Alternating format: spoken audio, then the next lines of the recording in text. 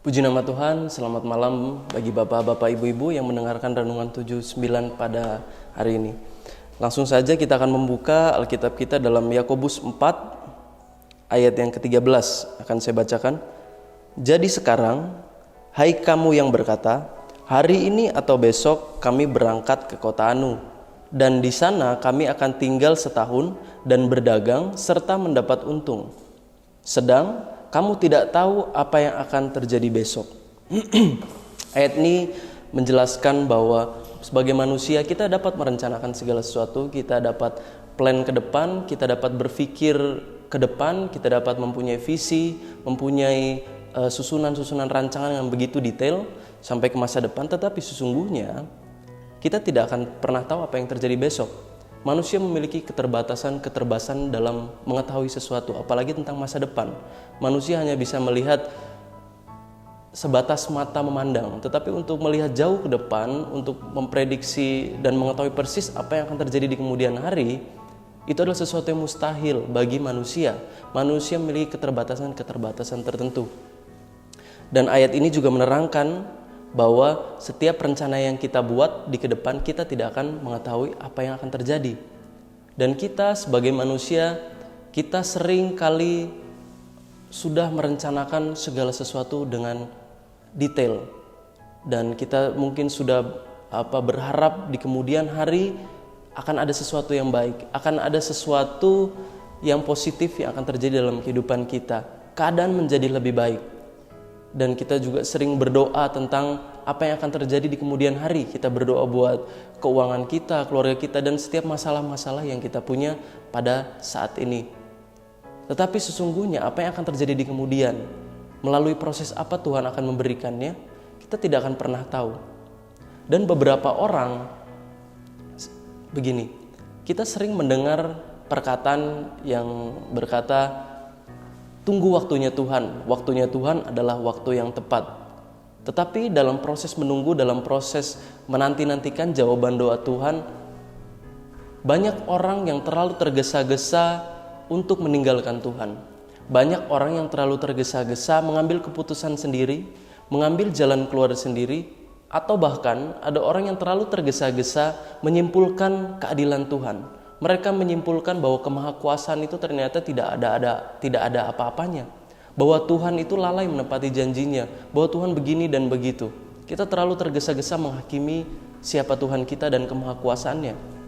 Nah, oleh sebab itu kita akan buka Alkitab kita dalam kitab Pengkhotbah 8 ayat yang kedua dan ketiga akan saya bacakan.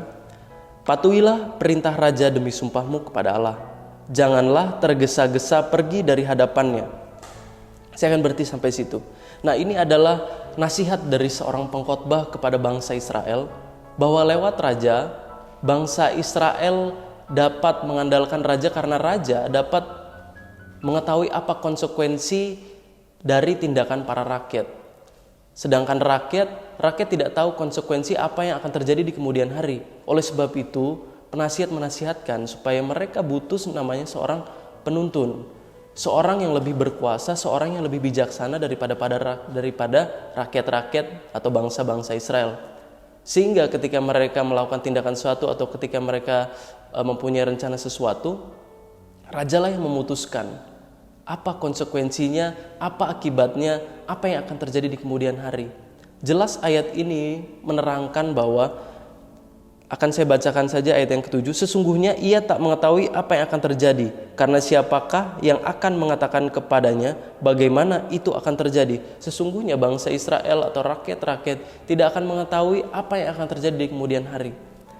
Dan ayat ini, pasal 8 ini menekankan dan ingin menyatakan bahwa keterbatasan manusia memiliki keterbatasan. Manusia tidak dapat mengetahui apa yang akan terjadi di kemudian hari, apalagi menyelami rencana-rencana Allah. Ayat yang ke-17 akan saya bacakan.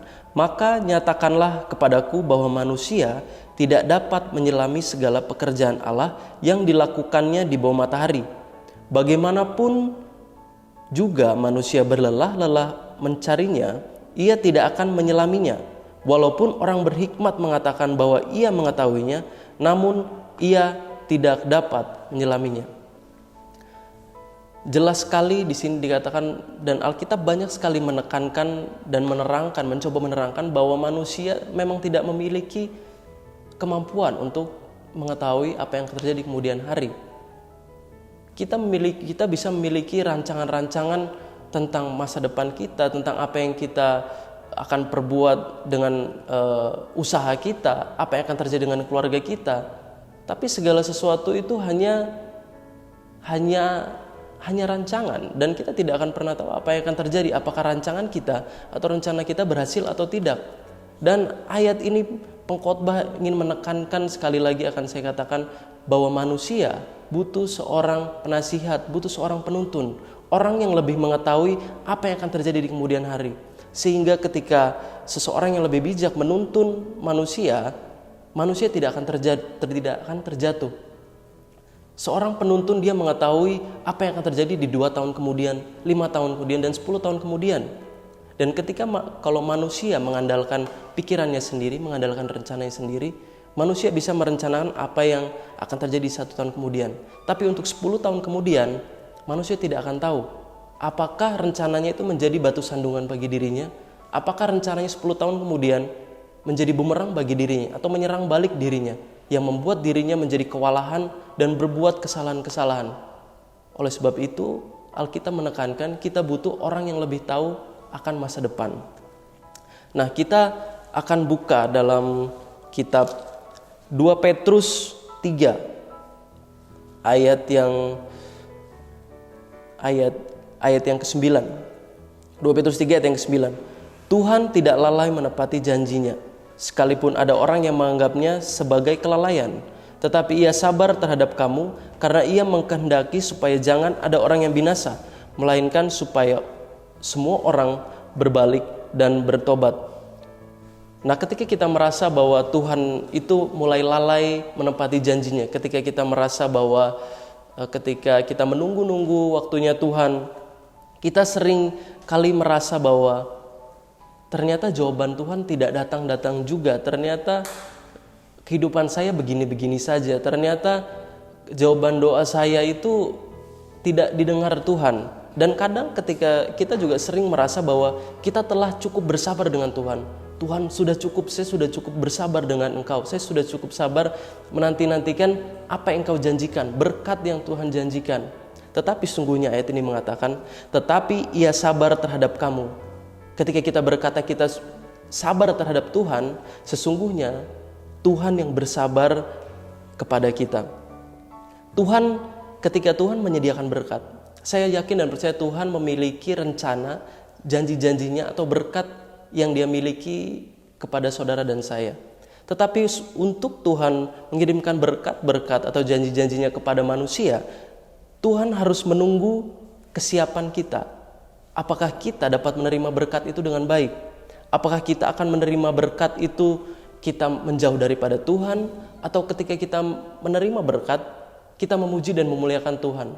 Ketika kita menerima berkat, kita malah mengenal Tuhan, kita malah mengucap syukur, kita mengembalikan berkat kita kembali untuk Tuhan. Atau apakah kita akan lari daripada Tuhan? Dan Tuhan menunggu kesiapan manusia. Lewat berkat-berkat yang akan Tuhan berikan, lewat prestasi yang akan Tuhan berikan, lewat uang yang akan Tuhan berikan, lewat masa depan, lewat bisnis yang sukses, lewat peluang-peluang yang akan Tuhan buka. Apakah kita akan menjauh daripada Tuhan? Atau apakah kita akan mengembalikan segala yang Tuhan berikan kembali untuk Tuhan, memuji dan memuliakan nama Tuhan?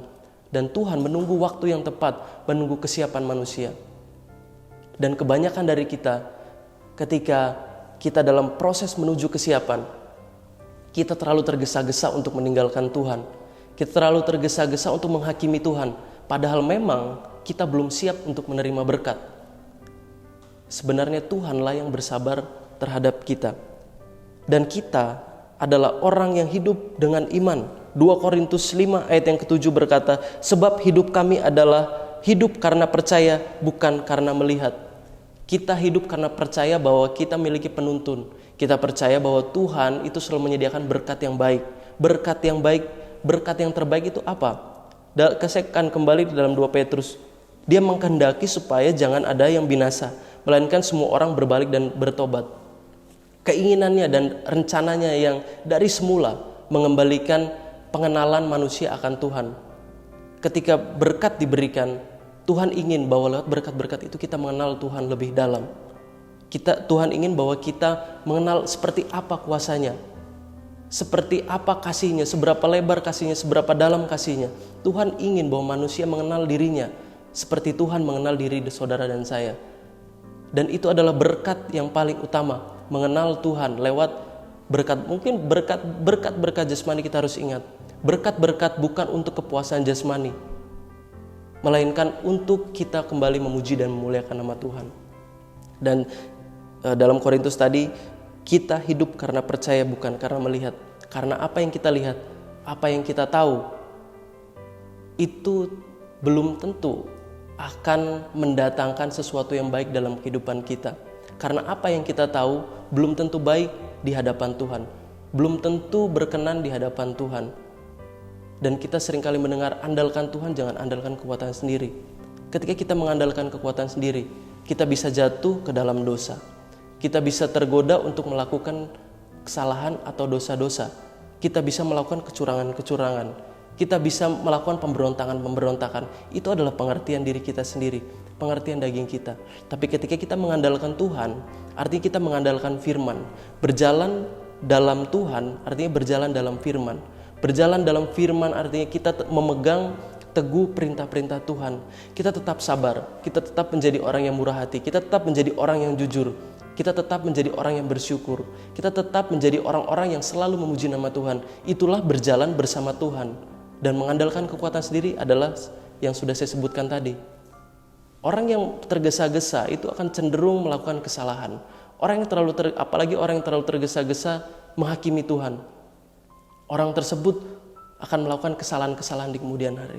Oleh sebab itu kita percaya, kita hidup karena kita percaya, bukan karena kita melihat. Karena apa yang kita lihat itu belum tentu hasil akhir daripada proses Tuhan. Kita mungkin baru seperempat jalan atau baru setengah jalan.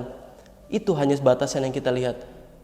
Tetapi Tuhan telah menyediakan rancangannya full, sempurna dari awal sampai akhir. Dan kita percaya bahwa Tuhan telah menyediakan segala sesuatu yang baik bagi kita dari awal sampai akhir. Puji nama Tuhan. Kita akan tutup renungan pada hari ini, kita akan berdoa.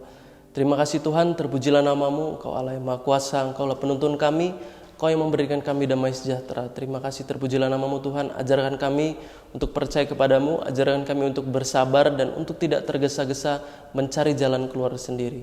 Terpujilah namamu Tuhan, dalam nama Tuhan Yesus Kristus. Haleluya, amin.